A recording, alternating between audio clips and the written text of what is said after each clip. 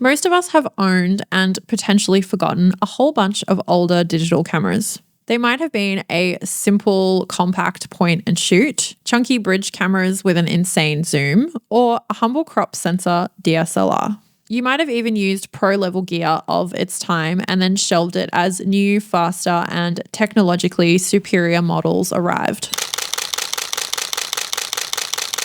Today, I want to urge you to go and look in your bottom drawer, that box under the bed, or that top part of the cupboard that you haven't looked in decades, because you might find something really special. Since the 1990s, digital cameras went through a pretty rapid lifespan, starting as slow, noisy, quirky early models and developing into today's incredibly sophisticated machines capable of artificial intelligence and more resolution and features than 99.9% of photographers will ever need. When you think about it, it's really only been about 3 decades that digital photography has been a part of many of our lives. In that time, there have been so many soulful, fun, and interesting cameras that have come and gone, but they should not be forgotten. The thing is, over this time period, a whole bunch of us wrote off anything more than a few years old as obsolete and got caught up as we looked forward to the next technological advancement. Camera companies needed to find reasons for us to want to buy the next iteration. So somehow we all got sucked into thinking we needed faster frame rates,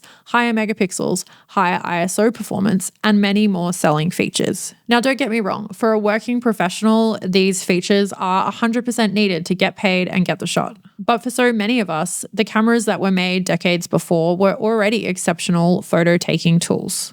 In 2001, the 4-megapixel Canon PowerShot G2 hinted that greatness in pixels, not just emulsion, was possible. But that 2005-2015 era marked the birth of many photography tools that are more than capable enough today, and in some ways can be a better tool for making images that make us feel something. The end result you'll get by using a camera from that magical decade of digital photography will arguably have more charm and character. You also might have a lot more fun too. Many of these older digital cameras have a unique look to them when color mattered more than megapixels, and companies didn't have to compromise the photo making abilities so that users could also shoot high-end video. And then there's the ergonomics, which were often purely about the enjoyment of taking photos. Many of these cameras had fun modes too, which was a precursor to the now very popular film simulation JPEGs many of us enjoy. I'm especially fond of some of the grainy film monochrome settings on the older Olympus 4/3 DSLRs. But there are many enthusiasts who spend hours dialing in color profile settings to their DSLRs. Take this Sony Cybershot as an example. It isn't even that old, but it is a camera that everyone forgot about. Look a little closer and you'll see it has a high-quality Zeiss lens, fun ergonomics, interesting sounds, and engaging handling. A viewfinder you can bring up to your eye, and the black and white JPEGs it produces are really cool. It might be obsolete and clunky compared to the latest Sony beasts available today, but I'd argue it has more heart and soul. You'll work for what it gives you and appreciate it more when it gives you something good.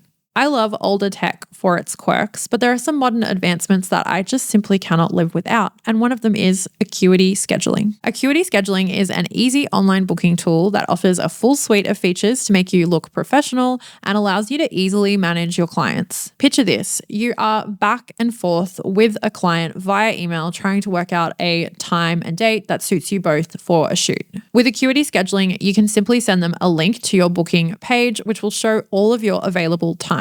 You can block off time when you are busy, and you can also add in handy things like intake forms, which I love because this allows you to grab more details from them and get them to answer questions in an automated way, as well as booking in. You can customize your booking page so it looks all on brand as well by changing the fonts and colors. Acuity links up with all the popular payment types like PayPal, Stripe, and Square. It's a truly all-in-one tool, and it integrates beautifully with my Squarespace website too. If you want to learn more or give Acuity Scheduling a go for yourself, head to acuityscheduling.com/LucyLumen for a free trial. And when you're ready to launch, use the code LucyLumen20 to save 20% off your Acuity Scheduling subscription. One of my favorite things about older digital cameras is the fact that you can't really see the photo that you've taken very clearly or well on the LCD screen at the back because they are quite old. This leaves you waiting until you get home to load it up on your computer and then see this image that you've created with a piece of gear that isn't supposed to be relevant in 2025. I think that that's a slice of magic that really echoes the excitement and thrill of shooting film and waiting to see it developed. What might surprise you most is just how good many of these cameras were and still are. The last time a lot of them were used, the images were probably viewed on a low-res monitor or dull old laptop screen, kind of making us remember them as more primitive than they really were. Add to this, the software we have now can really enhance the image files of older digital cameras, especially when you find one that can shoot in RAW and you have compatible software. There's something kind of esoteric and exciting about using an older digital camera and discover a mode or a quirk that leads you to going out and just enjoying even that one thing it does well. Don't get me wrong, some of these features can be pretty cringe, but keep digging and you will often find something that an old digital camera can unexpectedly do really well, and that's all that matters. So go and dig through that old box and see what you can find and what it can do. It's honestly one of the most fun things you can do for your photography, and I guarantee you it will spark your curiosity, creativity, and imagination again. If you want to deep dive on vintage digital, then I highly recommend watching Ali's channel. It's called 1 Month, 2 Cameras, if you haven't already seen it, and also Snappiness. They both have so many amazing videos displaying the magic that can happen with older digital cameras, so I'll leave them linked below.